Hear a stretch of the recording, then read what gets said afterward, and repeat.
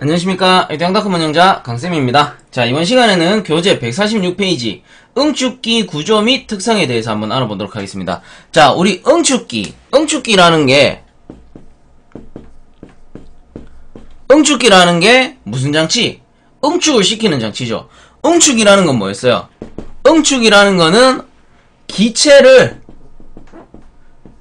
액체로 바꾸는 거잖아요. 이건 모르겠다 하면은 골치 아프죠. 지금 와서 응축 뭔지 모르겠어요. 이런 골치 아픈 거예요. 왜? 첫 번째 시간부터 계속 했던 거예요. 그래서 응축이라는 거는 기체를 액체로 바꾸는 거다. 어떻게? 열을 뺏어서. 자, 그러면 이렇게 얘기하니까 조금 어렵다. 모르겠다. 선생님 저 까먹었어요. 그럼 복습하는 의미에서 응축의 반대는 뭐였다? 증발이었잖아요. 증발. 그래서 요 증발기라는 게 있었죠. 증발기. 증발기라는 건 어떤 거였어요? 액체를 기체로 바꾸는 장치예요. 그리고 흔히들 우리 증발이라고 하면 쉽게 이해들 하시죠. 어떨 때 가장 흔히 볼 수 있는 게 우리 라면 끓이려고 물 얹어놓고 끓이면 어떻게 돼? 펄펄펄펄 끓는데 그대로 라면 안 넣고 계속 끓이면 어떻게 돼요? 나중에 되면 다증발하고 없죠. 왜? 거기 있던 물이 다증발해서 기체로 바뀌었기 때문에 없어지는 거잖아요. 그러면 응축이라는 거는 증발의 반대니까 응축이라는 거는 기체의 열을 뺏어가지고 액화하는 장치겠구나. 이렇게 예상할 수가 있는 거예요. 왜? 증발기에 액체를 끓인다는 건 뭐야? 온도를 높인다는 거잖아요. 온도를 높인다는 거. 온도를 높였을 때 액체가 기체로 증발하면서 요렇게 기체 상태로 변하는 거다 라고 말할 수 있잖아요. 그렇다면 응축기는 반대로 기체의 온도를 뺏으면 액체가 되는구나. 요런 개념이죠. 그렇다면 이제 정리가 되는 거지. 증발이라는 거는 액체에 열을 줘서 기체로 만드는 거. 응축기라는 거는 기체의 열을 내려서 기체의 열을 뺏어서 액체로 만드는 거. 그렇게 정리가 되는 거죠. 자, 그러면 요 개념을 확실하게 아셔야 됩니다. 그래야지 우리가 구조에 들어가가지고 왜 냉각수를 쓰고 그 냉매와 냉각수를 구분해서 향유로 병유로 왜 주면은 전열 현상이 어떻게 일어나고 그런 것까지 이해가 되는 거예요. 가장 기본적인 요 원리를 알고 나서 보셔야 된다. 이 말이 되는 거죠. 그래서 응축이라는 게 뭐다? 다시 한번. 응축이라는 거는 기체의 온도를 내려가지고 액체로 만드는 거. 요거를 응축이라 한다. 자, 그리고 방금 잠깐 언급했는데 뭐 병류, 향류 요런 개념도 조금 알고 가셔야 돼요. 병류와 향류라는 게 있습니다. 향류. 뭐 예를 들어 이런 거죠. 냉매가 왼쪽에서 우측으로 흐른다. 냉매가 왼쪽에서 우측으로 흐른다. 그럼 냉각수도 어떻게? 왼쪽에서 우측으로 흘러주는 현상. 병류입니다. 병류. 그리고 향류라는 거는 냉매가 예를 들어 왼쪽에서 우측으로 흐른다. 그런데 냉각수는 오른쪽에서 왼쪽으로 이렇게 흐르더라. 요게 향유입니다. 즉 같은 방향으로 흘러가는 거, 유체가 같은 방향으로 흐를 때를 병류라고 하는 거고 유체가 반대 방향으로 흐를 때를 향유라고 하는 거예요. 그리고 가장 기본적으로 병류일 때보다 향유일 때 전열 효과가 더 좋습니다. 요거는 가장 기초적인 부분이에요. 그래서 딱 알아두시면 돼요. 병류일 때보다 향유일 때 전열 효율이 좋다. 그렇다면 냉동기에서는 전열 효율이 좋을수록 냉동기의 효율이 올라가죠. 그러면 어떤 때가 좋다? 당연히 향유일 때가 좋다. 요런 개념이 되는 거예요. 그래서 향유일 때 효율이 높다. 이렇게 생각하시면 돼요. 즉 요런 거죠. 냉매가 뜨거울 때, 냉매가 뜨거운 기체일 때 냉각수라는 게 뭐예요? 요 뜨거운 기체를 식혀주는 거잖아. 그럼 얘는 차가운 물이에요. 온도가 낮은 물. 그래서 얘들 두 개를 섞어주는데 같은 방향으로 가면서 냉매를 식히는 것보다 반대 방향으로 흘러주면서 냉매를 식히는 게 훨씬 더 유리하다. 이런 말이 되는 겁니다. 자, 요거까지 이해를 하셨으면 이제 자연스럽게 넘어가면 돼요. 자, 그러면 이제 교재로 돌아가가지고 146페이지에 응축기 역할 및 분류에서 나옵니다. 우선은 책을 보겠습니다. 응축기의 역할. 압축기에서 압축된 고온고압의 냉매 가스를 줄긋습니다. 외부의 공기나 냉각수를 이용해 응축 액화시키는 장치다. 응축 액화시키는 장치다. 어떻게 온도를 내려서 그런 개념이죠. 자, 그 밑에 응축기 분류 순행식, 공냉식, 증발식. 자, 순행식, 공냉식, 뭐 공냉식, 공랭식 요렇게 얘기하기도 해요. 공냉식, 뭐 교재에는 공랭식이라고 많이 나오죠. 공냉식. 그 다음에 증발식. 자, 요렇게 나옵니다. 그러면 응축기는 기체의 열을 뺏어야 돼요. 기체의 열을 뺏는다는 말은 냉각시킨다 이 말이잖아요. 그럼 순행식이라는 거는 수가 뭐예요? 물 숫자잖아. 물로 냉각시킨다. 물로 기체를 냉각시킨다. 그다음 공냉식은 뭐예요? 공기로 물을 냉각시킨다. 그 다음 증발식은 뭐다? 증발 잡열에 의해서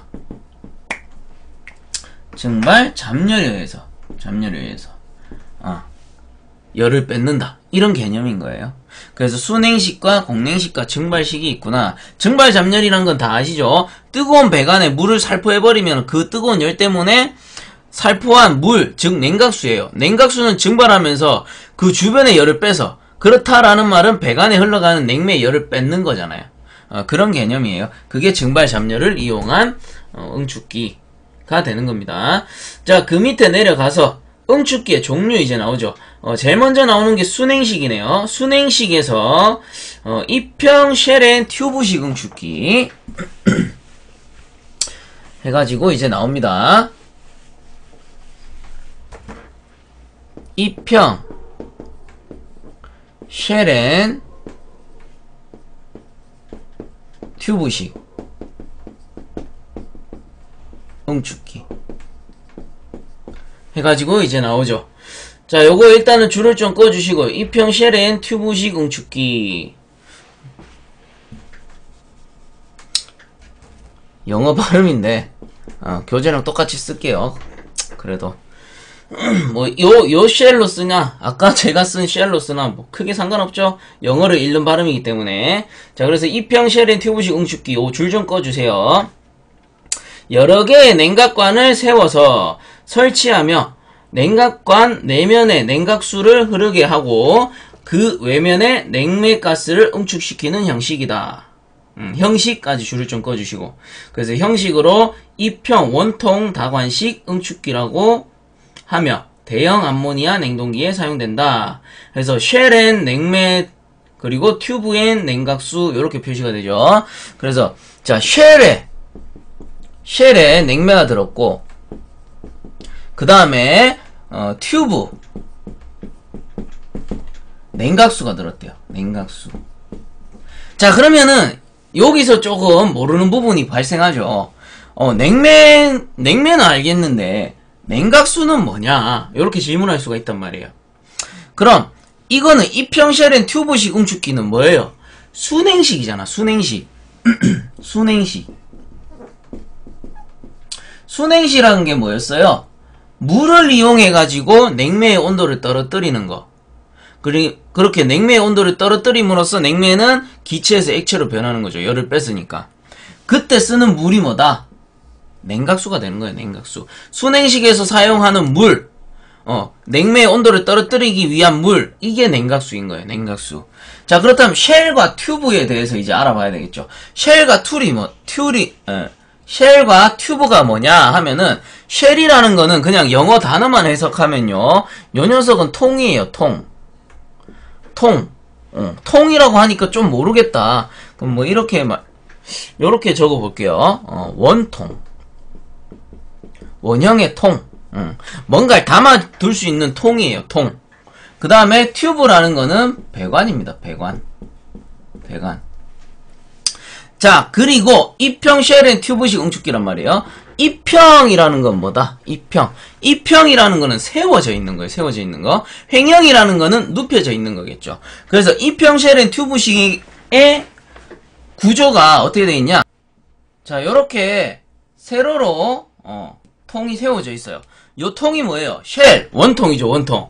요 녀석이 원통이고, 그리고 밑에 수실이 존재하고, 그리고 위쪽에도 수실이 이렇게 존재합니다.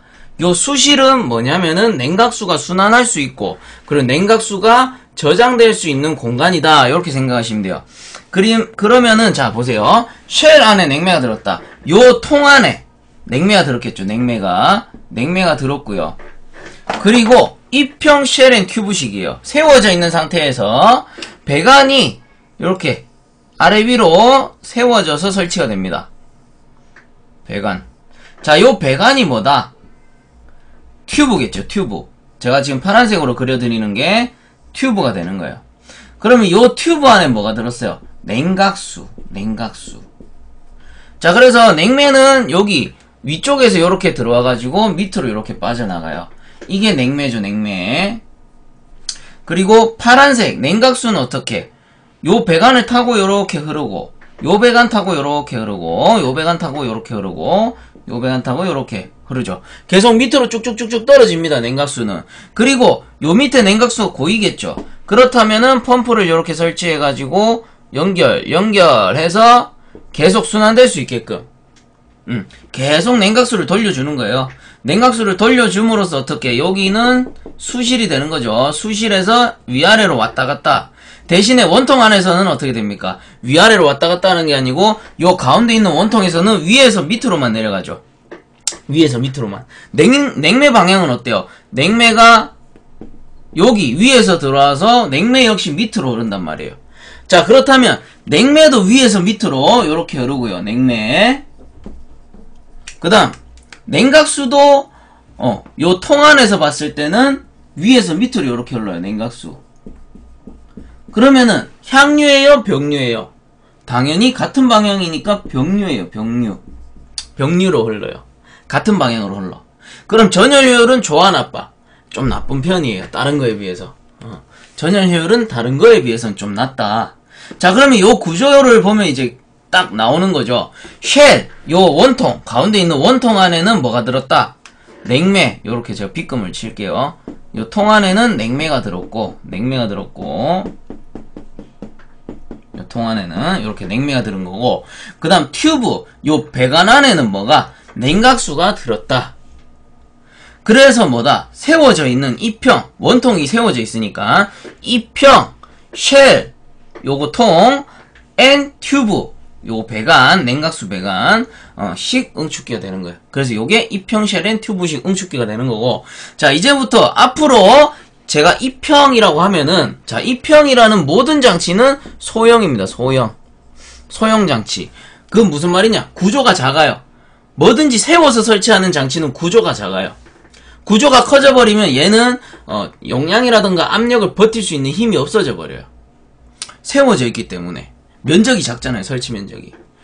그래서 항상 입형이라고 언급이 되면은 소형이다. 그 소형이기 때문에 어떻게? 설치 면적이 작다. 설치 면적을 크게 하지 않는다. 그리고 설치 면적을 크게 하지 않고 소형이기 때문에 설비가 싸고, 값이 싸죠. 값이 싸고 소형이기 때문에 청소가 쉽다. 이렇게 생각하시면 돼요. 요거는 지금 냉동기에서도 적용되는 부분이고, 나중에 보일러 공부하실 때 그때도 적용이 되는 부분이에요. 그래서 어떤 장치든 입형이 붙잖아요. 세워져 있는 장치. 그런 녀석들은 그냥 소형이다. 이렇게 딱 머리에 박아두시면 돼요. 그러면 앞으로 문제 풀 때 크게 헷갈리는 부분이 없습니다. 자, 그러면은 다시 교재 돌아가가지고, 자, 입형 쉘 앤 튜브식 응축기의 특징 해서 나옵니다. 자, 보시면은 원통 A번 원통 쉘 내에는 뭐가 들었다? 냉매. 요 통 안에 세워진 쉘이 뭐였어요? 요 통이죠, 통. 원통 안에는 냉매가 들었고, 그리고 요 파란색 관에는 뭐? 냉각수가 들었다. 그리고 냉각수가 뭐다라고 했어요? 냉각수는 냉매, 기체 냉매, 뜨거운 기체 냉매를 식혀주는 물이라고 했습니다. 그래서 그게 냉각수고, 어디서 쓰인다? 순행식에서 쓰인다. 자, 그 밑에 B 보시면은 대형 암모니아 냉동기에 사용된다. 그 다음에 C, 냉각수 소비량이 커서 충분한 냉각수가 있고, 그리고 수질이 우수한 곳에서 사용된다. 자, 냉각수 소비량이 크대요. 냉각수 소비량이 크다라는 거는 왜 그러냐면은 전열량이 부족해서 그래요. 전열 효율이 좋게 되면, 전열 효율이 좋을 때는 당연히 냉각수를 조금만 써도 어떻게 효율이 높으니까 전열이 잘 되겠죠. 근데 이 녀석은 전열 효율이 나빠. 왜? 병류니까 병류. 병류기 때문에 전열 효율이 낮아요. 그렇기 때문에 당연히 냉각수가 많고 수질이 우수한 곳에서 사용을 해야 되죠. 냉각수 소비량이 크니까. 그 소형이지만 그런 단점이 있다. 그 다음에 D 보시면은 구조가 간단하고 설치 면적이 작다. 왜? 소형이니까. 입형하면 뭐라고 했어요? 소형이다. 그 다음에 E에 보시면은 설치가 쉽고 운전 중 청소 및 보수가 용이하다. 이것도 왜? 소형이잖아요. 소형이기 때문에 설치가 쉽고 덩치가 작으니까 설치가 쉽고 운전 중 청소 및 보수가 용이하다. 일단 구조가 작기 때문에. 그 다음에 F 보시면은 냉각관 입구에 선화기를 설치하여 냉각수가 냉각관 내벽을 따라 흐르도록 되어 있다. 자, 선화기라고 나오는데 선화기라는 건 어디서 설치되냐면은 요 냉각관 상부 있죠, 상부. 요 튜브의 상부. 여기에 딱 설치가 돼요, 여기에. 그리고 구조는 어떻게 생겼냐? 요거는 교재 147페이지에 보시면 나옵니다. 요 면을 제가 요렇게 딱 보면요. 요렇게 동그란 배관의 위쪽 부분이죠. 요 위쪽 부분에 선화기가 어떻게 생겼냐? 요런 식으로 생겼어요.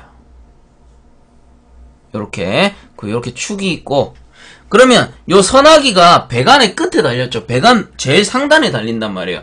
그리고 여기서 이제 냉각수가 위에서 아래로 공급이 되는데 그때 어떻게 되냐? 요 녀석이 가운데를 막고 요렇게 회전을 하기도 해요. 회전을 하거나 아니면 요렇게 딱 고정이 되어 있는데 그러면 여기 가운데는 막혀 있으니까 당연히 물이 요 외부로 공급이 되겠죠. 요 표면을 따라서. 배관의 표면을 따라서 공급이 된단 말이에요.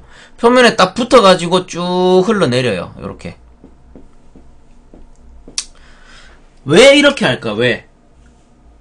제 강의 다 들으신 분들은 딱 표면이다, 표면이라는 말이 나온 순간 이해가 갈 거예요. 왜? 전열이 일어나는 곳이 어디예요? 배관의 표면이잖아요.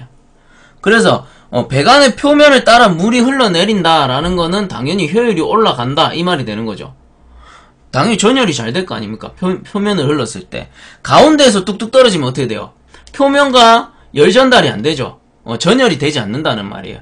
전열이 되지 않고 그냥 쭉쭉 떨어지면 당연히 전열 효율 낮아지겠지. 그래서 이 표면을 타고 흐를 수 있게끔 뭘 설치한다? 선화기를 설치해준다. 소형이고 전열 효율이 나쁘기 때문에 선화기를 설치해준다. 요 말이 되는 겁니다. 그 다음 G에 보시면 냉각수 입출구 온도차는 3에서 4도씨다. 요게 뒤쪽에 가면 나오는데 다른 장치에 비해서 조금 냉각수 입출구 온도차가 낮아요. 왜? 요 녀석은 소형이고 효율이 크게 좋은 편이 아니기 때문에 냉각수 입출구 온도차가 크면 클수록 요게 차가운 게 들어가가지고 뭐 예를 들어 냉각수 온도가 5도씨였다. 요 안에 있는 냉매를 식혀주고 얘는 열을 받아서 오잖아요. 출구에서는. 그럼 여기에서 온도차가 3도 정도밖에 안 난대요. 요게 5도씨면 요게 한 8도씨 정도 돼서 물이 내려온다라는 거예요. 근데 어떤 장치들은 9도씨, 10도씨 차이 나는 것도 있어요. 그래서 10도씨 같으면 15도씨 돼서 나오는 거잖아요. 그럼 15도씨짜리 물이 당연히 5도씨에서 15도씨만큼의 전열을 더한 거죠. 그 5도씨에서 8도씨까지 전열한 녀석보다 5도씨에서 15도씨까지 전열 효율을 이뤄낸 녀석이 당연히 더 효율이 좋은 거다. 이렇게 알 수가 있는 거예요. 그래서 이 녀석은 효율이 낮기 때문에 냉각수 입출구 온도차도 크게 높지 않다.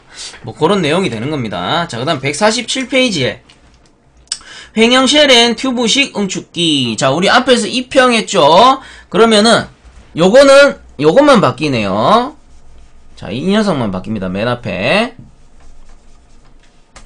횡형 입형이 사라지고 횡형만 붙었어요. 자, 그러면 명칭만 봐도 대충 감이 좀 오시죠? 어떻게 생겼을까? 책 안 봐도 어느 정도 감이 잡힐 겁니다. 횡형이래요. 횡형. 입형은 어떻게? 세워져 있는 거였죠? 입형은 세워져 있는 거고 횡형은 어떻게? 이렇게 눕혀져 있는 거겠죠. 그러면 횡형 쉘엔 튜브식 응축기는 자, 원통이 어떻게? 이렇게 누워 있습니다. 이런 식으로 누워 있어요. 이렇게. 자, 이렇게 누워 있겠죠. 그러면 이 통 안에 뭐가 들었다? 똑같아요. 냉매 들었어요. 여기 쉘 안에 냉매 들었습니다. 냉매. 그러면 튜브는 배관은 어떻게 해? 배관도 당연히 횡형이겠죠. 요렇게 연결이 돼요. 보기 좋게 두 개만 딱 그릴게요. 자, 이렇게 해가지고 여기 외부에 또 수실이 있겠죠. 수실이 요렇게 있습니다. 그럼 수실에서 요게 반 딱 갈려져 있어요. 그래가지고 요 녀석이 입구, 요 녀석이 출구라고 합시다. 출구. 그러면 요 수실 안에서 어떻게 된다? 요렇게 연결이 되겠죠.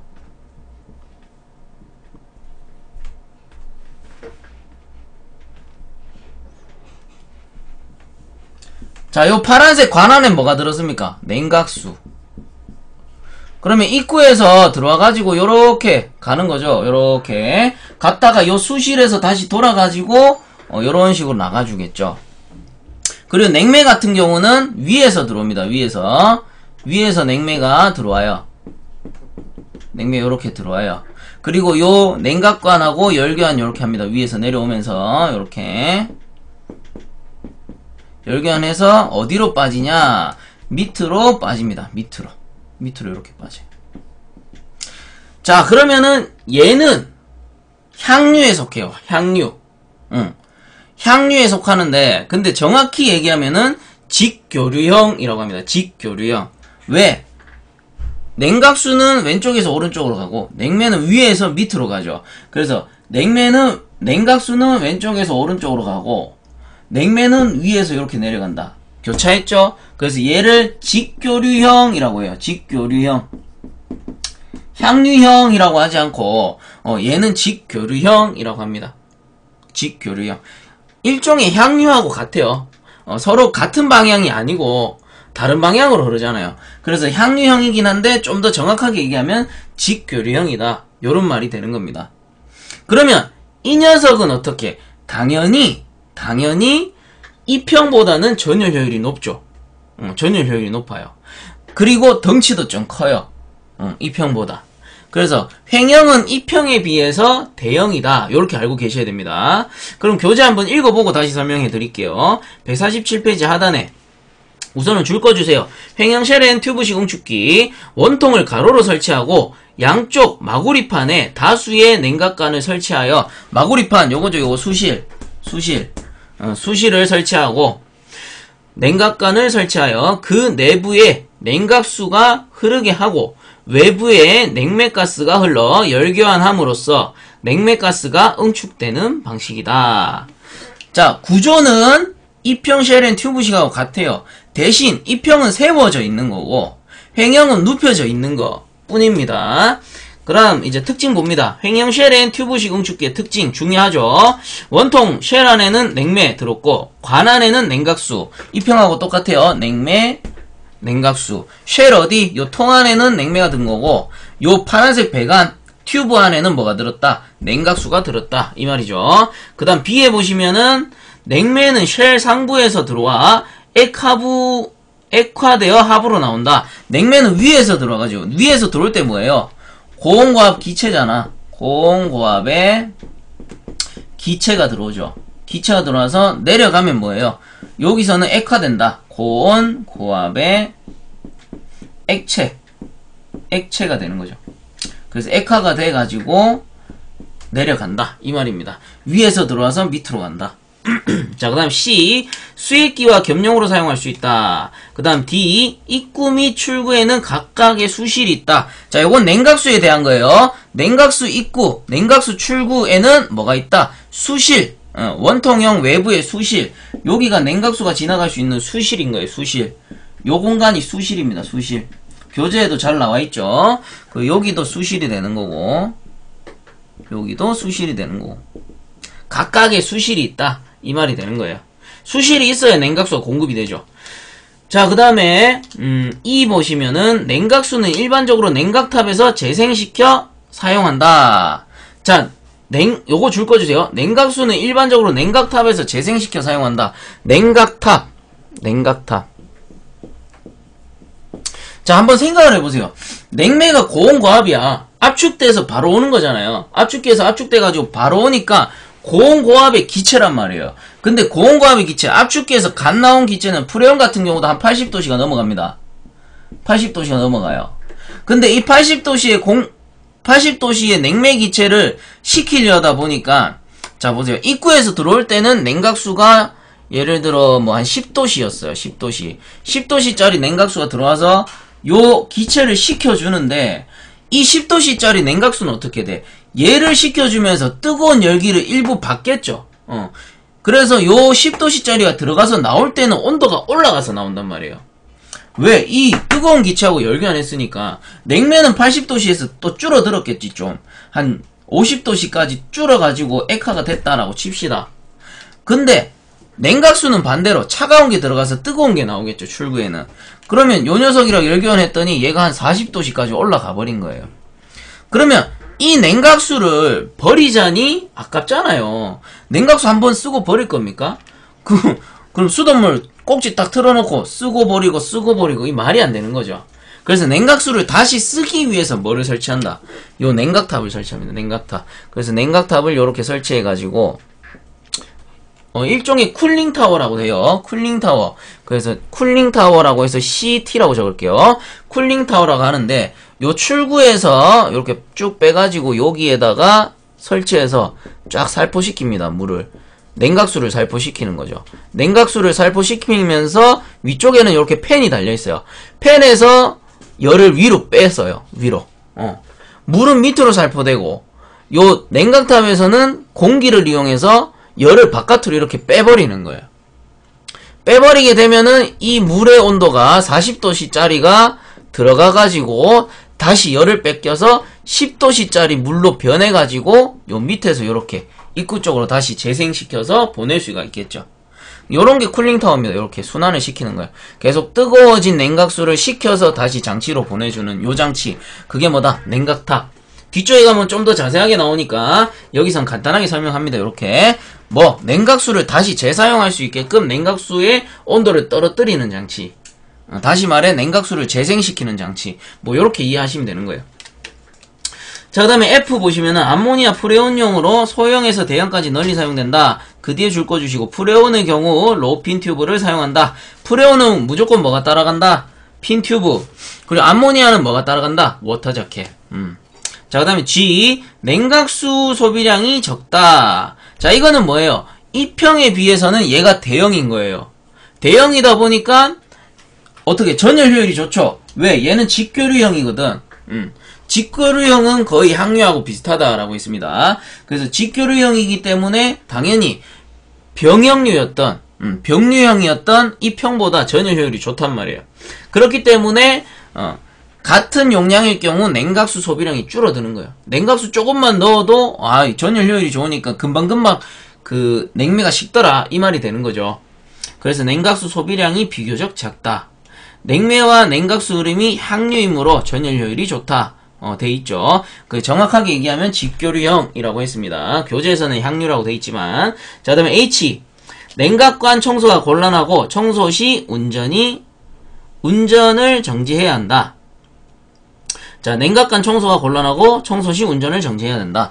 얘는 대형이고 구조가 커요. 그 제가 요거를 좀 간단하게 그린다고 파이프를 2개밖에 안 그렸는데 실제로는 어떻게 돼요? 엄청나게 무수히 많은 냉각관이 연결이 되어 있겠죠. 그렇기 때문에 이 녀석은 청소가 곤란하다. 왜? 내부 구조가 좀 복잡하다. 이 말이 되는 겁니다. 자, 그 다음에 148페이지에 보시면 과부하 운전이 곤란하고 냉각관이 부식되기 쉽다. 냉각관이 부식되기 쉽다. 줄 거 주시고요. 요건 아무래도 직교류형이다 보니까 전열 효율이 좋다. 전열 효율이 좋다라는 말은 뭐예요? 요 배관에 냉각수가 그 표면에 전열이 좋다 보니 물이 배관에 많이 닿는다는 소리죠. 물이 배관에 많이 닿기 때문에 부식이 심하다. 이렇게 해석할 수가 있는 거예요. 이 녀석은 전열 효율이 좋지만 전열 효율이 좋기 때문에 부식이 발생하기 쉽다. 왜? 냉각수는 물이잖아요. 물하고 쇠하고 닿으면 어떡해? 쇠는 부식할 수밖에 없습니다. 자, 그 다음에 밑에 보시면 냉각수 입출구 온도차는 6에서 8도씨이다. 아까 전에 입형 같은 경우는 3에서 4도씨였죠. 그래서 요 입출구 온도차만 봐도 효율이 뭐가 좋은지 이제는 아셔야 된다. 라는 말이 되는 거죠. 그리고 148페이지에 보시면은 그림 잘 나와 있으니까 한 번씩들 보시고요. 자, 그 밑에. 자, 이제 입형 쉘앤 튜브식 응축기 끝났고 행형 쉘앤 튜브식 응축기도 끝이 나는 겁니다. 그 밑에 보시면 쉘앤 코일식 응축기 해가지고 이제 나오죠. 입형과 횡형은 그냥 세우고 눕힌 정도의 차이입니다. 다른 특징은 거의 다 같아요. 그리고 비교하자면 굳이 문제에서 비교를 해라 라고 나온다면 입형은 소형이고 횡형은 대형이다. 둘 다 뭐에 비해서 입형은 횡형에 비해서 소형인 거고 횡형은 입형에 비해서 두 개를 비교하는 문제가 나오지 다른 거랑 비교하는 건 크게 안 나오거든요. 다른 거랑은 비교하면 좀 애매해요. 문제 자체가. 그래서 그런 문제는 잘 안 나오고 입형 쉘앤 튜브식 횡형 쉘앤 튜브식 요 두 개를 비교하는 게 자주 나오니까 그거를 염두에 두고 두 가지의 특징을 확실하게 잡아둬라. 어떻게? 입형은 소형이고 횡형은 대형이다. 이렇게 개념만 잡고 계시면 된다라는 거죠. 문제 읽어보면 답이 나오니까. 자, 그 다음 쉘앤 코일식 응축기 해서 나오죠. 쉘앤 코일식 응축기. 자, 이제 쉘앤 코일식 응축기입니다. 자, 여기서 쉘. 자, 요 쉘은 뭐였다? 원통. 그 다음에 이번에 아까 전에 쉘앤 튜브식이었는데 이번엔 쉘앤 코일식이에요. 코일식. 자, 코일이라는 게 뭐예요? 코일. 코일이라는 거는 배관을 돌돌돌돌돌 말아놓은 거를 다 코일이라 그래요. 배관을 어떻게? 요런 식으로 말아놓은 거. 요런 녀석들을 코일이라고 하는 겁니다. 코일. 요 코일이라고 하죠. 그리고 요 코일을 어디? 통 안에 넣은 형태. 통 안에 넣은 형태. 이게 뭐예요? 쉘앤 코일식 응축기다. 그리고 쉘 안에는 요 통 안에는 당연히 냉매가 들었을 거고 그걸 배관 안에는 뭐가 들었을까요? 냉각수가 들었다. 이런 말이 되는 거죠. 이제는 간단하게 넘어갈 수 있습니다. 그 밑에 줄을 좀 꺼주세요. 지수식 응축기라고도 하면 나선 모양의 코일에 냉각수를 통과시키고 이 나선을 구형 또는 원형의 수조에 담아 순환시키면서 응축시키는 방식이다. 자, 그 밑에 쉘앤 코일식 응축기 특징 나오죠. 원통 쉘 내에는 냉매, 여기 통 안에는 냉매, 그 다음 관에, 자, 요거 코일이 관이에요. 거기 안에는 냉각수. 그리고 보시면은 냉각관 청소가 곤란하다. 냉각관이 요 직경이 작습니다. 코일이다 보니까 요거 말려고 하면은 직경이 두꺼운 배관은 말 수가 없어요. 그래서 직경이 좀 얇은 배관을 쓴단 말이에요. 그러므로 냉각관 요 직경이 얇다 보니까 청소가 어떻게 힘들다. 그 다음 소형 프레온 냉동기에 사용을 한다 라고 돼 있죠. 그래서 보시면 냉각수는 밑에서 들어가고 밑에서 요렇게 들어가서 위에서 요렇게 나오고 냉매 같은 경우 위에서 요렇게 들어가가지고 밑에서 요렇게 나옵니다. 그렇다라는 말은 자, 냉매 요게 냉각수. 냉각수는 어떻게 돼요? 밑에서 위로 올라가는 형태고 냉매는 위에서 내려가는 형태란 말이에요. 그렇다라는 거는 냉매는 밑으로 가고 냉각수는 위로 가네. 뭡니까? 향유. 향유이기 때문에 전열 효율은 어떻게? 좀 좋은 편이구나. 이렇게 볼 수가 있는 겁니다. 자, 그 다음에 밑에 그림 잘 나와있으니까 보시면 되고 그 밑에 이중관식 응축기 볼게요. 이중관식 응축기. 자, 모든 장치는 특히나 냉동기의 부속 장치는 명칭 안에 답이 다 있어요. 명칭만 봐도 대충 어떻게 생겼구나 라는 거를 유추해낼 수가 있다 라는 말이 되는 겁니다. 자, 그러면은 동그라미 4번에 이중관식 응축기 한번 볼게요. 이중관식 응축기. 이중관이래요. 이중관. 그럼 관이 이중으로 돼 있겠구나. 그럼 그대로 한번 그려볼게요. 자, 이중관 요렇게 우선은 요렇게 커다란 관이 있을 거고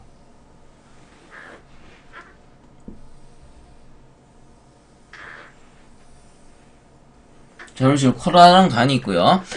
거기 안에 이제 얇은 관이 이렇게 지나갑니다. 얇은 관.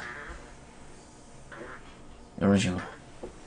자, 그래서 외부의 관 하나, 안쪽의 관 하나, 이걸 조금 얇게 이렇게 그릴까요? 선으로 하려니까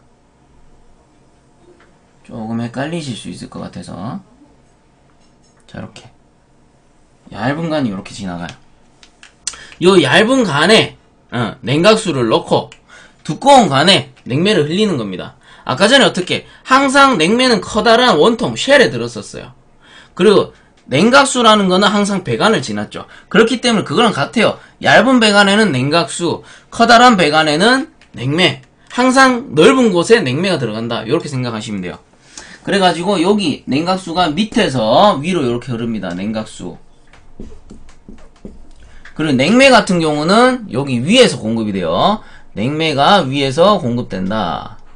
냉매가 위에서 공급돼서 밑으로 이쪽에 치출이 되겠죠. 여기는 딱 막혀있고 이렇게 냉매가 치출이 돼요.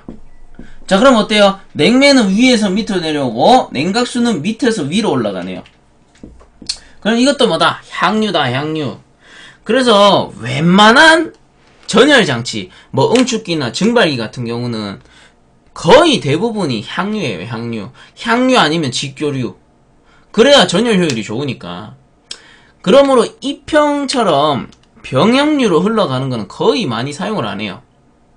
대신에 뭐 좁은 곳이나 가정용, 소형 냉동기 이런 거 제작할 때는 많이 쓰기도 하는데, 왜냐하면 소형이기 때문에 구조도 작고 설치비도 싸니까 그렇게 많이 쓰긴 하는데, 어느 정도 규모가 있는 곳에서는 거의 다 병류가 아니고 향유로 돼 있는 장치를 쓰겠죠. 자, 그러면 이제 특징 한번 보겠습니다. 이중관식 응축기 한번 읽어볼게요. 관을 이중으로 설치하고 그 뒤에 줄 꺼주세요. 내관으로 냉각수가 흐르고 외관으로 냉매가 흐르게 하여 서로 향유 형태로 열견시킴으로써 냉매가스를 응축시키는 방식이다. 방금 설명 다 드렸던 부분이고, 그 밑에 이중관식 응축기의 특징 A 줄 꺼주시고, 냉매는 상부에서 하부로 흐르고 냉각수는 하부에서 상부로 흘러 향유의 형태를 이룬다. 자, 그 다음 페이지에 냉각수 입출구 온도차는 8에서 10도씨. 요 녀석도 전열 효율 좋은 편이죠. 그 다음에 C에 줄 꺼주시고, 소형 프레온용 냉동기, 암모니아 장치 용으로 널리 사용되며 패키지 에어컨 등에 사용이 된다. 그래서 이 녀석이 많이 사용되는 것이 뭐 가정용 에어컨 또는 뭐 냉장고 요런 데 많이 써요. 냉장고 뒤에 이렇게 카바 당겨 보면은 거의 다 이중관식으로 되어 있어요. 왜냐하면 냉장고나 에어컨 같은 경우는 케이싱 자체가 작잖아요. 그러므로 작은 그 공간 안에 전열 효율이 좋은 코일을 설치하려다 보니까 요런 이중관식이 많이 사용된다 라고 알아두시면 됩니다. 자, 그 밑에 149페이지에 7통로식 응축기. 제가 뭐라 했어요? 항상 명칭에 구조가 있다 라고 제가 계속 말씀을 드리죠. 명칭에 구조가 있다. 이중관식은 뭐 관이 이중. 그러면 7통로식은 뭘까? 7통로식. 자, 7통로식. 7통로식 응축기.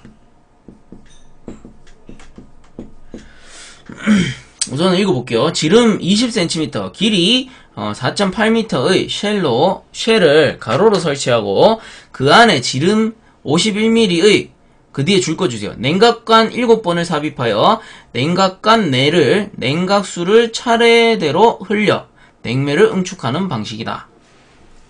자, 이겁니다. 커다란 관 요렇게 설치해가지고 여기 안에다가 어떻게 관을 7번 삽입하는 거예요. 관을. 냉각관이니까 파란 걸로 할게요. 자, 하나, 둘, 셋, 넷, 다섯, 여섯, 일곱. 요런 관을 7번 요렇게 삽입을 하는 거죠. 요렇게. 그래서 단면으로 보자면 요렇게 동그라미 쳐가지고 요게 커다란 외부 관이고, 1개, 2개, 3개, 4개, 5, 6, 7개 냉각관을 삽입했기 때문에 뭡니까? 7통로식.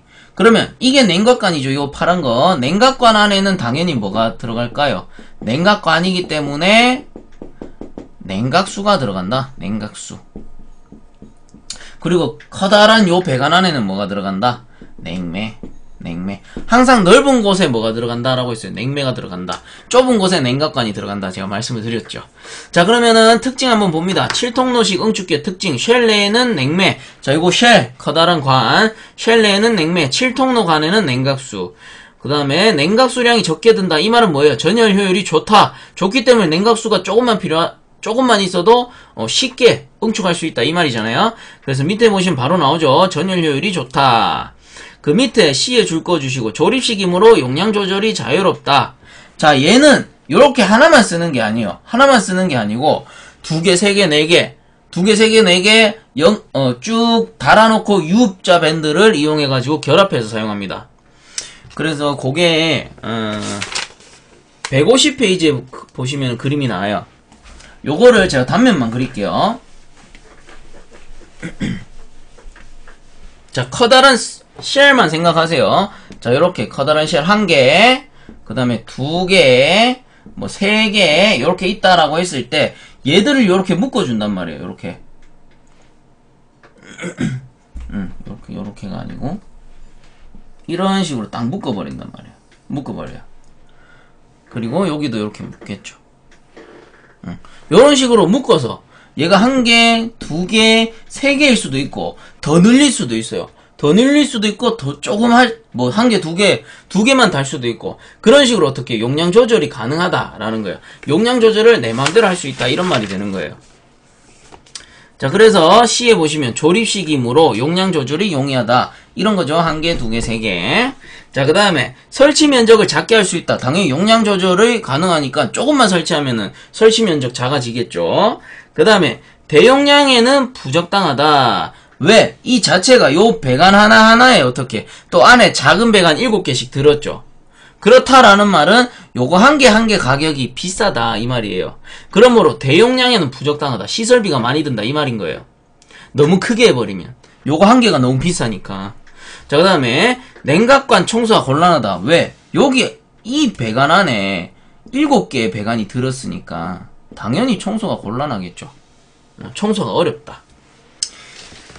자, 150페이지에 보시면 그림이 잘 나와 있어요. 그거 참고적으로 한 번씩 봐주시면 될 것 같고 그 밑에 대기식 응축기 한번 볼게요. 자, 해서 명칭 속에 답이 다 있다. 자, 그럼 대기식 응축기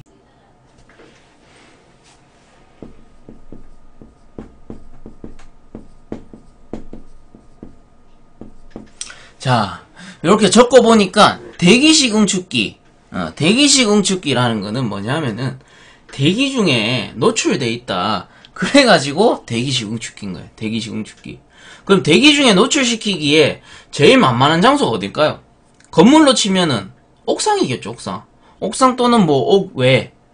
그러므로 얘는 노출형. 옥상 또는 옥외에 설치된 노출형이다. 이렇게 보시면 돼요. 옥상 또는 뭐 옥외에 설치된 노출형이다. 그게 뭐다? 대기식이다. 이런 말이 되는 거예요. 자, 그럼 뭔지 한번 교재를 통해서 알아봅시다. 150페이지에 대기식 응축기 한번 읽어볼게요. 냉매가스가 흐르는 다수의 수평관을 나열하여 그 양단에 리턴 밴드를 연결하고 상부에 설치된 냉각수 통에서 냉각수를 균일하게 흐르게 하여 냉매를 응축시키는 방식이다. 자, 이런 겁니다. 수평관 요렇게 있겠죠. 수평관들이 있어요. 그럼 얘들을 다 U자관으로 리턴 밴드로 이렇게 묶어주는 거예요. 리턴 밴드를 이용해 가지고 이렇게 리턴 밴드가 이렇게 U자 형식으로 생긴 밴드입니다. 이런 식으로 묶어주는 거예요. 그럼 여기 배관 안에는 뭐가 들어간다? 냉매가 흐릅니다. 냉매가 고온고압에 기체냉매가 흐르겠죠. 고온고압의 기체냉매가 밑에서 이렇게 상부로 쭉 전열 교환을 해줘요. 그리고 교재에서 나오듯이 냉각수통에서 냉각수를 균일하게 흐르게 한다 라고 되어 있죠. 냉각수통은 여기 위에 상부에 설치가 되고 하부에도 하부 냉각수통이 있습니다. 그러면 이 냉각수가 여기 안에 존재할 거란 말이에요. 그 냉각수가 위에서 밑으로 쭉쭉쭉쭉 떨어져요. 이렇게 위에서 밑으로 이렇게 흘러요. 그러면 이 배관과 표면에서 열교환하고 이 차가운 냉각수와 닿은 냉매의 기체는 어떻게 응축이 되는 거죠.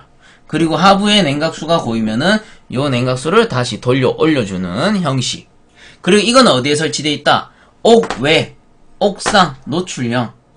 바깥에 대기 중에 노출되어 있기 때문에 뭐다? 대기식 응축기이다. 이 말이 되는 겁니다.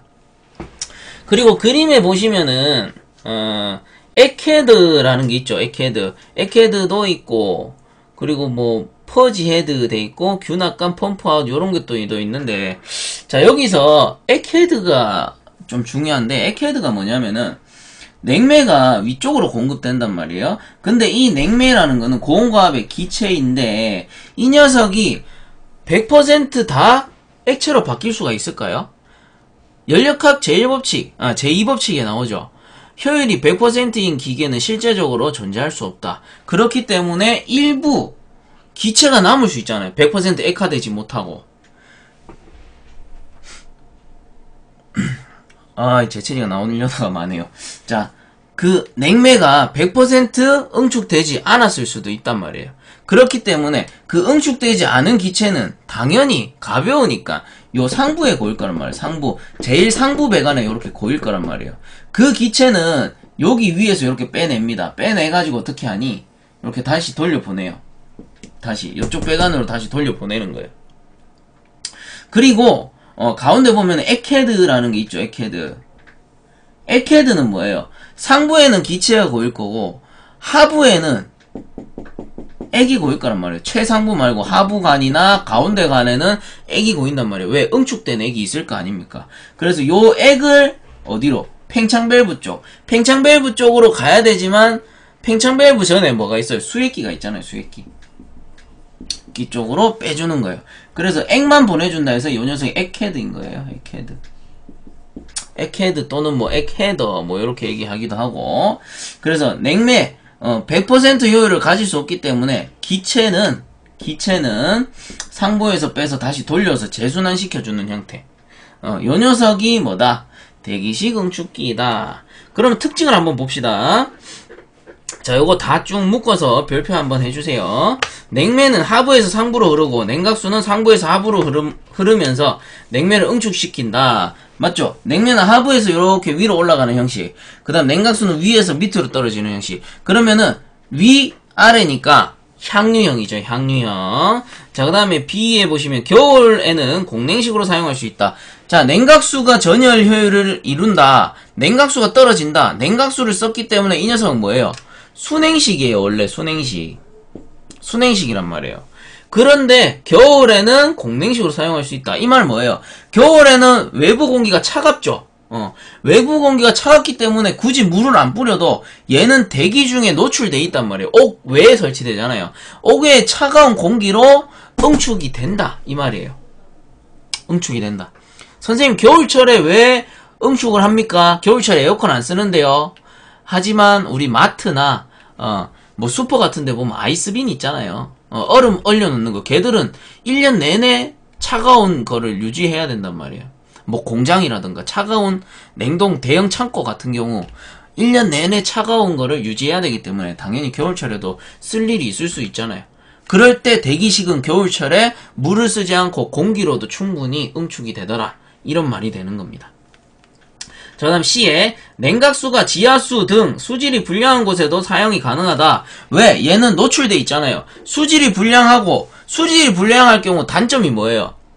냉각수가 수질이 불량하다. 배관으로 돼 있고 장치 내에 설치된 냉각수, 특히 청소가 곤란한 냉각수 관 같은 경우 이물질이 들어가면 막혀버린단 말이에요. 근데 이 녀석은 어때? 노출돼 있기 때문에 막혀도 들어가서 청소할 수 있어요. 그러므로 수질이 불량한 곳에도 이용이 가능하다. 그 다음 냉각관 청소가 용이하다. 방금 설명드렸죠. 청소가 쉽다고. 그 다음 냉각수의 일부가 대기 중에 증발될 우려가 있다. 물을 쭉 뿌려주다 보니까 뜨거운 거 안 하고 열교환하죠. 그럼 냉각수 일부가 증발해서 없어져 버려요. 그럼 나중에 되면은 요 냉각수의 수위가 줄어듭니다. 그럴 때는 냉각수를 좀 보충을 해줘야 되죠. 그 다음 대용량이고 가격이 고가이며 설치 장소가 넓어야 한다. 일단 요 녀석은 형태가 좀 크다. 설치되는 구조 자체가 크다. 이렇게 생각하시면 되고, 그 다음 151페이지에 냉각관이 부식되기 쉽다. 이것도 노출형이고 물과 많이 닿으니까. 그리고 노출돼 있기 때문에, 자, 잘 보세요. 요 파이프가 뭐예요? 쇠잖아, 쇠. 쇠에 물이 닿으면 당연히 부식이 되는데, 거기에 산소까지 더해져 버리면 산화 반응 때문에 부식이 촉진돼요.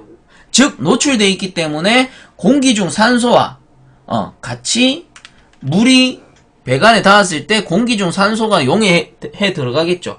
그때 부식이 촉진된다고. 그렇기 때문에 이 녀석은 냉각관 부식이 쉽다. 쉽게 부식이 된다. 뭐 이런 얘기가 되는 거예요. 자, 다음 응축된 냉매액은 냉매관의 중간부를 통해 흘러나와 그 뒤에 줄 것입니다. 액헤드를 통해 수액기에 고인다.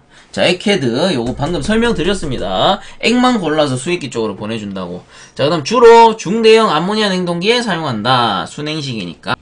자, 그 다음 증발식 응축기 한번 보겠습니다. 냉매가스가 흐르는 냉각관 코일의 표면에 노즐을 설치해 그 다음 줄 거 주세요. 냉각수를 분산시키고 송풍기를 이용하여 냉매 배관 표면의 열을 흡수하여 공기의 대류작용 및 물의 증발잡열로 냉매를 응축시키는 방식이다.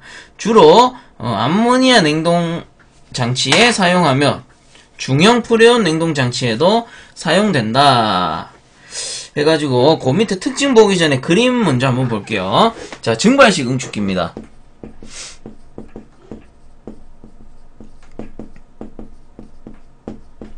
자, 증발식 명칭을 보면은 왜 증발식일까? 당연히 물의 증발 잡열을 이용해가지고 냉매를 응축시키는 장치이기 때문에 증발식 응축기겠죠. 그럼 구조는 어떻게 생겼느냐? 자, 거기 책에 잘 나와 있어요. 요렇게 해가지고 가운데는 배관, 즉 코일이 지나가겠죠. 요게 냉매 배관이겠죠. 이렇게 냉매가 들어와가지고 위쪽으로 흘러서 나간단 말이에요. 그리고 여기는 칸막이가 요렇게 있습니다. 요렇게.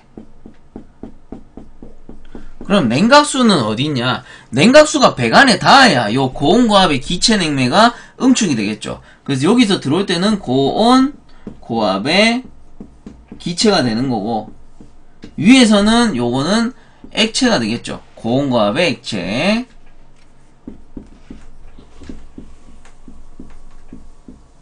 응축이 됐으니까.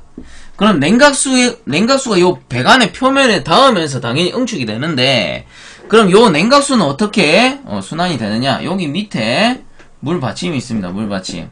그럼 요게 냉각수예요. 냉각수. 요 냉각수가 위쪽으로 가가지고 요렇게 노즐을 통해 가지고 치출이 되는 거예요. 요 노즐을 통해서. 그래서 냉각수가 요렇게 밑으로 순환이 되겠죠. 쫙 뿌려버린다고. 배관에 쫙 뿌려버리면서, 그림에 보시면 위쪽에 송풍기 있죠. 송풍기. 즉 여기 위에 팬이 이렇게 존재하는 거예요. 팬이 존재해서 팬이 요 공기를 위쪽으로 빨아냅니다. 즉 열기를 아래쪽에 있는 요 냉매 배관의 열기를 쫙 빨아내버려요. 쫙 빨아내면서 어떻게, 요 냉각수는 요 배관의 표면에 닿겠죠. 배관의 표면에 닿는 순간 일부는 증발해요. 증발하면 어떻게, 그 증발 잡열에 의해서, 냉각수의 증발 잡열에 의해서 요 냉매는 식어가지고 액체가 되는 거죠. 액체가. 요런 방식인 거예요. 그래서 요 냉각수가 표면에 닿으면서 팬에서 열을 확 빨아내다 보니까 순간적으로 착 증발을 일으킨다고. 그 증발 잡열에 의해서 응축을 시켰기 때문에 뭐다? 증발식 응축기가 되는 거다. 그래서 여기서 100% 증발하진 않아요. 사실상 일부는 증발하고 일부는 액체 상태로 그대로 떨어지겠죠. 그렇기 때문에 실제로는 현열과 증발 잡열이 같이 존재합니다. 현열 교환과 잡열 교환이 같이 존재한다 이 말이에요. 하지만 우리가 교과서상에서 문제를 풀 때는 얘는 증발 잡열에 의해서 증발을 시키기 때문에 증발식 응축기다 이렇게 생각하시면 돼요. 그럼 당연히 그 앞에서 나왔던 대기식 응축기보다는 효율이 좋겠죠. 팬도 달려있고 그리고 일부 증발한 증발 잡열에 의해서 응축을 시키다 보니까. 그러므로 냉각수도 조금 덜 들 것 같고 뭐 그런 특징이 나오는 거예요. 그리고 냉각수를 순환시키는 냉각수 순환 펌프도 있을 것이고, 대신에 여기는 쿨링타워는 설치되지 않습니다. 쿨링타워가 어떤 장치예요? 냉각수를 다시 식혀주는 장치였잖아요. 하지만 얘는 팬이 있기 때문에 자기가 알아서 식어요. 지가 알아서 냉각수가 식습니다. 뭐 그런 장점이 있다. 쿨링타워를 별도로 설치하지 않아도 된다는. 자, 그러면 특징 한번 보겠습니다. 물의 증발열을 이용하므로 전열 효율이 좋아. 냉각수 소비량이 작다. 앞에서 말씀드렸죠. 그 다음 상부에 엘리미네이터가 설치된다 돼 있는데, 자, 요 엘리미네이터가 뭐냐면 요 칸막이 있죠. 칸막이. 요 녀석입니다. 요 녀석. 요게 엘리미네이터예요. 엘리미네이터. 그리고 요 엘리미네이터는 다른 말로 뭐라고 하냐면은 비수 방지 장치 라고 합니다. 비수 방지 장치. 왜 비수 방지 장치라고 하냐면은 여기 위에 설치된 팬이 있죠. 요 팬은 계속 수시로 계속 바람을 안쪽에서 바깥쪽으로 빼낸단 말이에요. 그래야 열기가 빠지잖아요. 근데 이 팬은 용량이 생각보다 큽니다. 용량이 생각보다 크다 보니까 요 노즐에서 분사되는 물 있죠. 냉각수 알갱이의 일부를 쭉 빨아서 냉각수를 바깥으로 치출시켜 버리기도 해요. 워낙에 용량이 크다 보니까 물알갱이를 쭉 빨아내 버린다고. 원래는 열기만 빨아내야 되는데. 그럼 요 칸막이가 없다라고 쳤을 때는 물알갱이가 바로 외부로 확산돼서 나가져 버리겠죠. 그리고 이 증발식 응축기도 대기식과 같이 노출돼 있어요. 어디에? 옥외. 제일 만만한 옥상. 이런데 노출이 되어 있단 말이야. 그래서 건물 옥상에 설치될 경우 이 물알갱이가 어디로 떨어져요? 그 건물 넘어 저 밑에 바닥에 떨어질 수 있잖아요. 그리고 사람들이 걸어다니는 인도로 떨어질 수도 있는 거고. 그러면 사람들이 걸어다니다가 이 물을 맞을 수도 있단 말이에요. 근데 이 물이 어떤 물이냐 하면은 요 장치를 계속 순환해요. 물론 물이 순환을 하긴 하지만 계속 한 장치 안에 순환한단 말이에요. 이 말은 뭐냐 하면은 요 냉각수는 한 장치에 고여있는 물이에요. 물이 순환하지 않고 흘러가지 않고 고여있으면 어떻게 됩니까? 물도 썩죠? 물도 썩으면은 그 물 안에 세균이 번식해요. 그 세균에 의해서 요 물알갱이가 외부로 노출됐다. 그럼 지나가던 사람이 그 물을 맞았을 때 그 세균에 감염될 수 있잖아요. 그런 피해를 막고자 요 엘리미네이터를 설치해 주는 거예요. 그리고 요 수질 처리도 잘 해줘야 되겠죠. 매주 올라가서 첨간제를 주입해 준다던가 뭐 그런 작업을 해줘야 되는 겁니다. 그래서 요 엘리미네이터는 뭐다? 비수 방지 장치. 요 물알갱이가 섞여 나가는 걸 막아준다. 그래서 요 칸막이가 실제로 보면은 요런 식으로 촘촘하게 요렇게 연결이 돼 있어요. 그럼 물알갱이가 이렇게 위로 올라가다가 요런 칸막 있죠. 요런 판막에 붙어서 다시 똑똑똑똑 떨어져요. 아주 얇은 판을 이렇게 여러 겹으로 쫙쫙쫙쫙 덧대놨기 때문에 물이 빠져나가지 못하고 이런 판에 닿여서 똑똑똑 다시 떨어집니다. 요게 엘리미네이터다. 그리고 엘리미네이터의 역할은 비수 방지 장치다. 그런 말이 되는 거예요. 그게 B번이 되는 거고, 그 다음 C에 보시면 겨울에는 공냉식으로 사용이 가능하다. 왜? 옥외에 설치됐기 때문에 대기식과 같죠. 그 다음 냉각탑의 별도 설치가 필요 없다. 말씀드렸습니다. 얘는 자체적으로 팬에 의해서 냉각수가 식어요. 그러므로 냉각수를 식혀주는 쿨링타워가 별도로 설치할 필요가 없다. 이 말이 되는 거죠. 냉각탑이 필요 없다. 쿨링타워를 냉각탑이라고도 합니다. 혹시나 헷갈리실까봐 말씀드리는 거예요. 냉각탑을 쿨링타워라고 합니다. 그래서 냉각탑을 별도로 설치할 필요가 없다. 그 다음 2번에 보시면 팬, 여기 팬, 그 다음 노즐, 그 다음 냉각수 펌프 등 부속 설비가 많으므로 설치비가 비싸다. 부속 설비가 늘어났으니까. 대기식보다 부속들이 많다. 이렇게 보시면 돼요. 그 다음 외기 숙고 온도 및 풍속의 영향을 많이 받는다. 자, 요거는 증발식이란 말이에요. 증발식. 근데 외부의 습도가 높으면은 증발이 힘들어요. 생각해보세요. 물을 끓일 때 건조할 때 물이 잘 끓을까요? 습질 때 물이 잘 끓을까요? 당연히 건조할 때 물이 잘 끓는단 말이에요. 그럼 여름철에 습도 높을 때, 외기 습도가 높을 때는 어떻게 증발이 어려우므로, 증발이 어렵다라는 거는 얘는 증발 잡열에 의해서 응축되잖아요. 그래서 증발이 어려워지면은 당연히 응축도 어려워진다. 이렇게 볼 수가 있는 거예요. 그렇기 때문에 외기 숙구 온도 및 풍속의 영향을 많이 받는다. 이 말이 되는 거죠.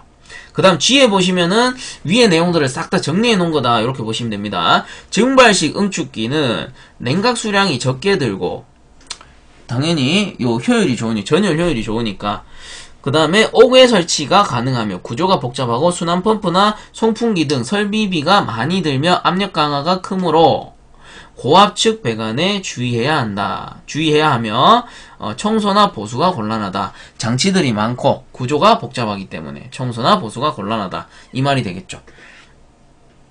자, 그래서 밑에 그림 잘 나와 있으니까 한 번씩 더 보시기 바랍니다. 그 다음 152페이지 넘어가서 엘리미네이터 나오죠.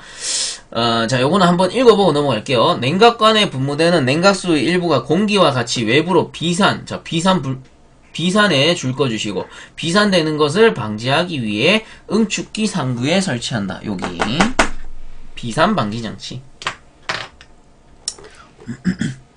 자, 그 다음에 공냉식 응축기 이제 나오죠. 공냉식 응축기.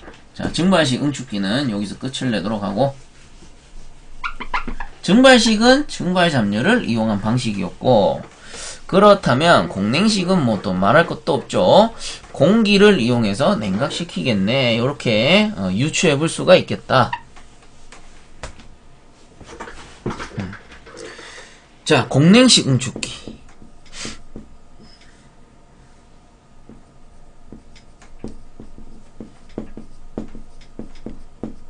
외부 공기를 이용해서 응축하는 방식이다. 자, 이건 뭐 크게 어렵게 생각하실 필요가 없는 게 여러분들 가정에 설치된 에어컨 있죠.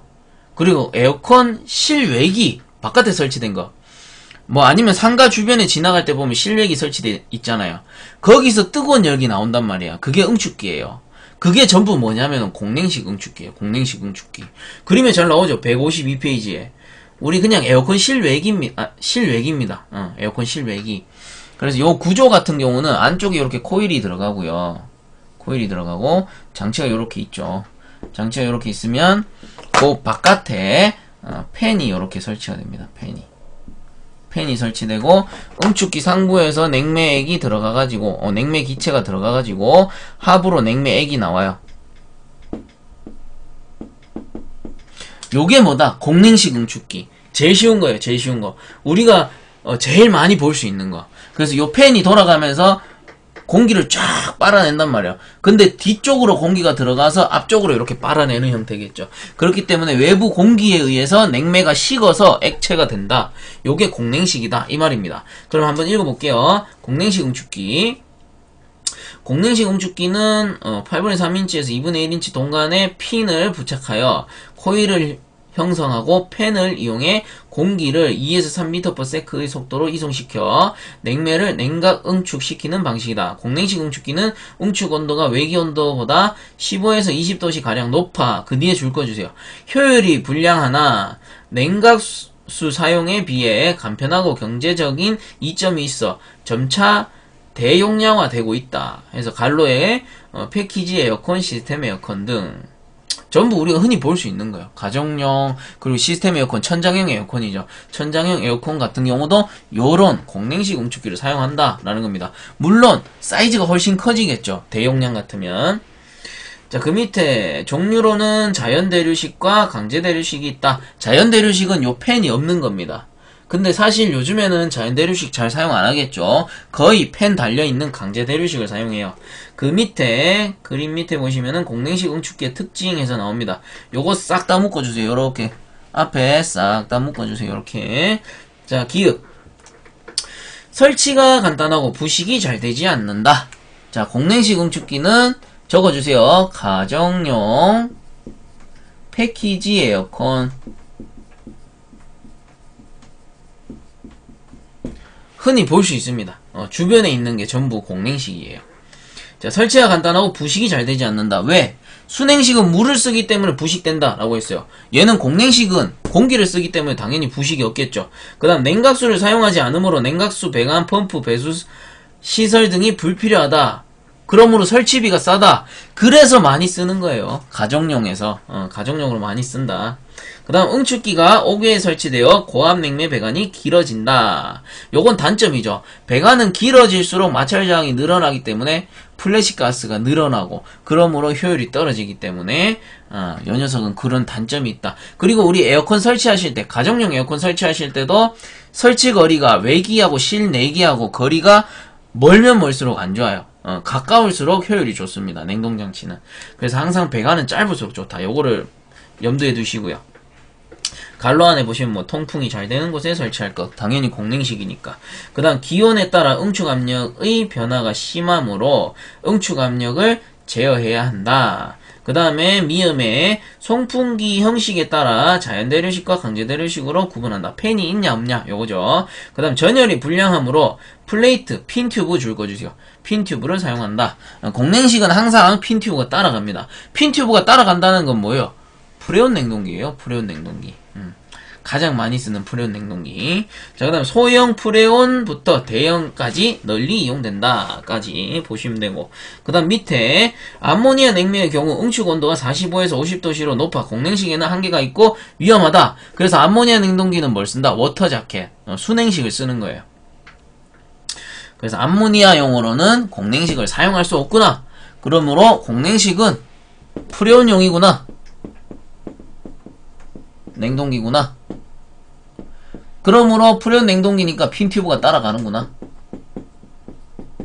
자, 요런 게 되는 거죠. 연간 지으시면 되는 거예요. 자, 그 다음에 밑에 공냉식 응축기와 수냉식 응축기의 비교. 앞에서 다 나왔던 내용입니다. 수냉식은 공냉식보다 전열 효율이 좋다. 왜? 공기보다 물이 열을 식히기가 더 좋잖아요. 증발 잠열도 높고. 그 다음 수냉식은 설치 유지비가 공냉식에 비해 크다. 왜? 펌프 시설, 수질 관리 시설, 배관, 뭐 설비들이 늘어나니까. 그 다음 수냉식은 수리 점검이 곤란하다. 장치도 많고 구조도 복잡하니까. 그 다음 153페이지에 공냉식은 통풍이 잘 되고 신선한 곳에 설치해야 한다. 당연한 소리죠. 통풍이 잘 돼야 공기가 많이 들어오니까. 그 다음 공냉식은 응축 온도 및 압력이 높아 동력 소비가 크다. 전열 효율이 좀 낮기 때문에 당연히 전기세 많이 든다. 요렇게 되는 거예요. 자, 그 밑에 153페이지에 냉각탑 이제 나옵니다. 냉각탑을 제가 뭐라고 했어요? 쿨링타워라고 했습니다. 쿨링타워. 자, 그럼 요 쿨링타워는 냉각수의 온도를 떨어뜨려서 다시 냉각작용을 할 수 있는, 냉각작용을 할 수 있게끔 해주는 냉각수의 재생장치다. 요런 말인데, 자, 냉각탑. 다른 말로 쿨링타워 라고 하죠. 자, 그러면 얘는 응축기가 있으면, 예를 들어 응축기가 이렇게 있으면 응축기 안에 냉매가 들어있고, 그리고 여기 안에 냉각관이 지나간단 말이에요. 냉각관 안에 뭐가 들었어요? 냉각수.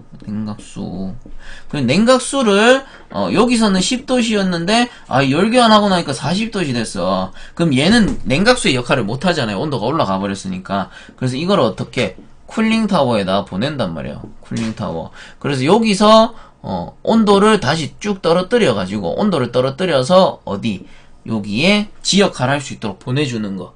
요게 쿨링타워잖아요. 자, 그렇다면 쿨링타워의 구조는 어떻게 생겼을까? 한번 봅시다. 쿨링타워의 구조는요, 일단은 좀 크게 그릴게요. 크게 그려가지고, 우선 냉각수가 들어옵니다. 어디서? 응축기에서. 자, 요 응축기가 있다라고 칩시다. 그러면 응축기 안에 냉각수 배관이 이렇게 지나가겠죠. 응축기 안에 요 통 안에 냉매가 든 거고, 요 냉각관 안에 냉각수가 들어있는 거예요. 요 냉각수가 요렇게 옵니다. 요렇게 와서 노즐에서 치출을 시켜요. 노즐에서 치출을 시켜. 그러면 얘가 요렇게 쭉 떨어지겠죠. 쭉 떨어집니다. 냉각수가 쭉 떨어져요. 자, 그 다음에 여기 밑에 냉각수가 고여요. 냉각수가 고이겠죠.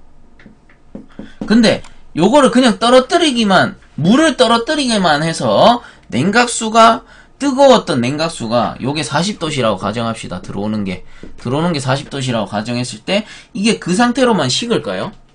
그건 아니겠죠. 요거는 당연히 옥 외에 설치됩니다. 우리 증발식 응축기처럼 옥에 설치돼가지고 여긴 뚫려 있어요. 요렇게 뚫려 있어. 뚫려 있으면 실외의 공기가 요렇게 들어와요. 요렇게 들어와요. 실외 공기가 이렇게 들어옵니다. 그러면 여기 위에 뭐를 설치하냐? 팬을 딱 설치를 해요. 팬.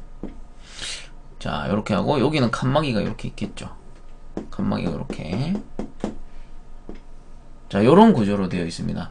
그리고 여기 위에서 이제 열기를 바깥으로 이렇게 빼는 거겠죠. 팬이 이렇게 쭉 빼요. 그러면은 실외에 있는 공기가 쫙 유입되면서 이렇게 쫙 올라간단 말이에요. 올라가면서, 자, 여름철 실외 공기는 대략 뭐 한 32도 정도 된다. 근데 32도까지 올라갔을 때 얘기고, 뭐 조금 낮게 합시다. 요 40도씨를 식히기 위해서니까 한 28도씨 정도 된다라고 칩시다. 그럼 이 28도씨짜리 공기가 들어오면서 팬에 의해 이 물이 식겠죠.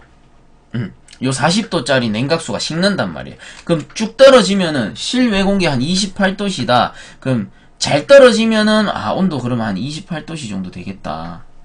이렇게 되는 겁니다. 그리고 숙구 온도의 영향을 많이 받아요.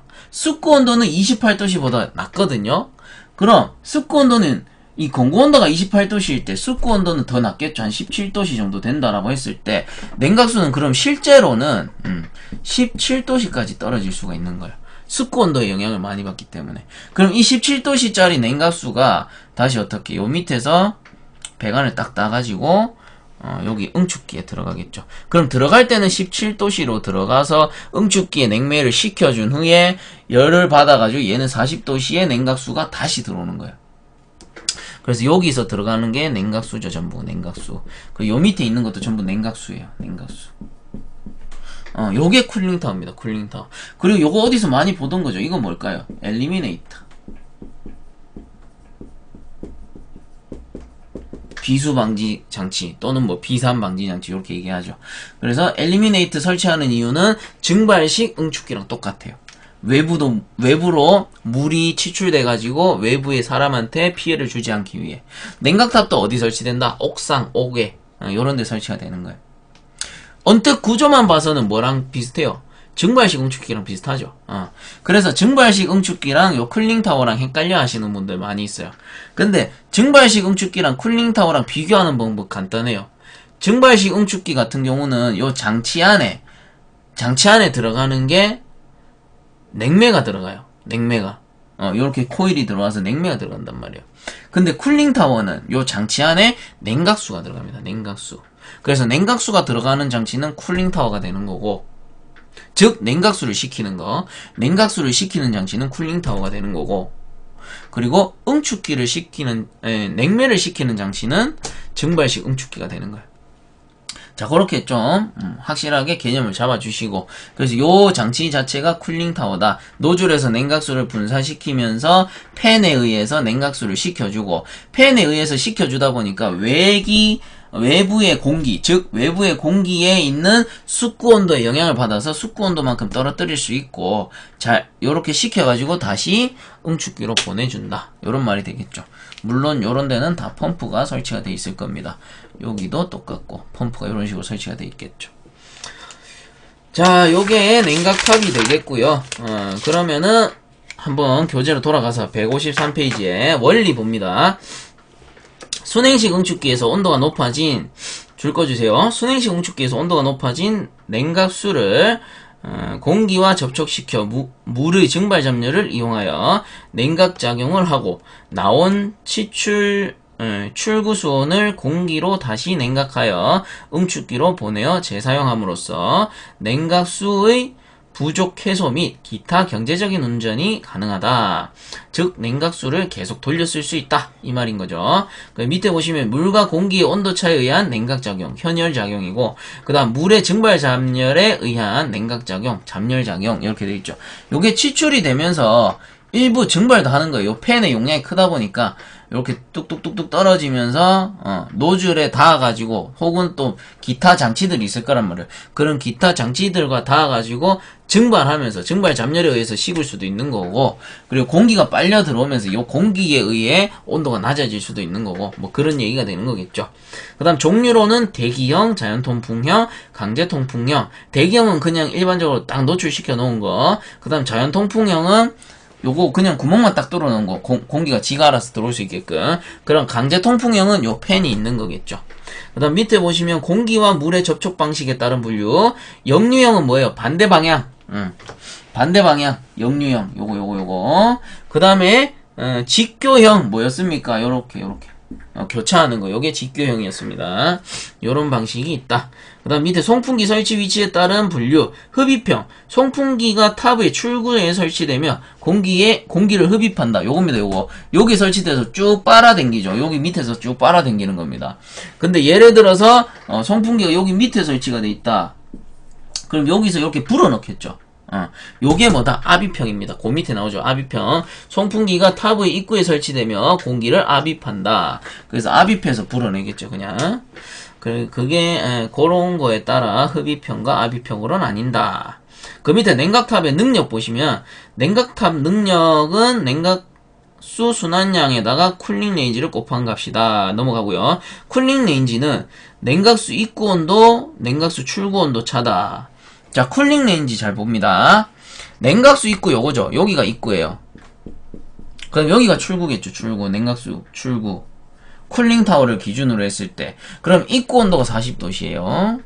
그럼 출구 온도가 17도씨예요. 그러면 얘들을 빼준 값이 뭐다? 쿨링 레인지다. 쿨링 레인지.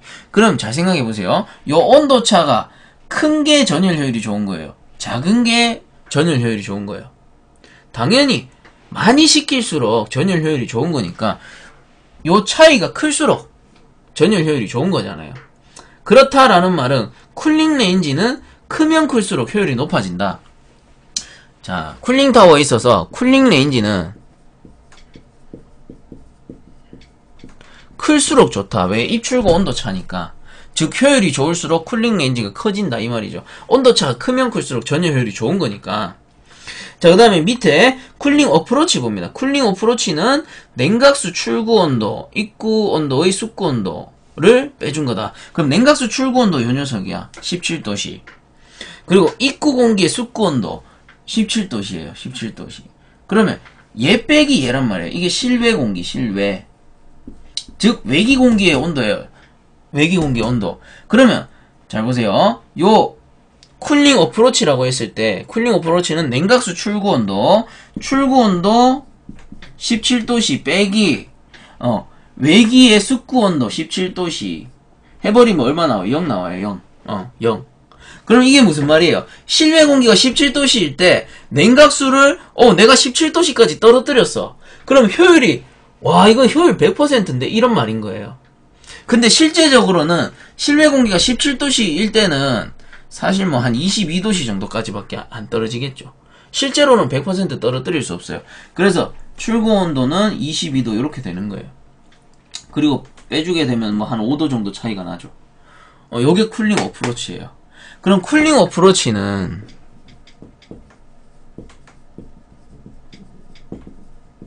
낮을수록 효율이 좋은 거죠. 낮을수록. 아까 전에 0이었을 때 뭐였어요? 실외 공기 17도씨로 17도씨를 만들었다. 그럼 두 개의 차는 0이 되는 거잖아요. 효율이 100%다 이거예요.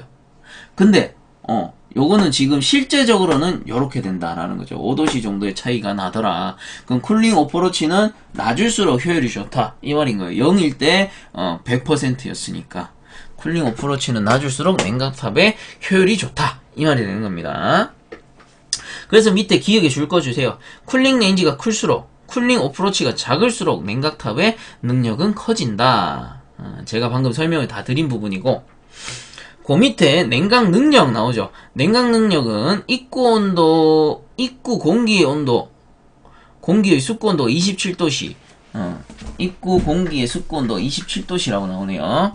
자, 여기 공기 온도가 27도씨가 되고요. 공기.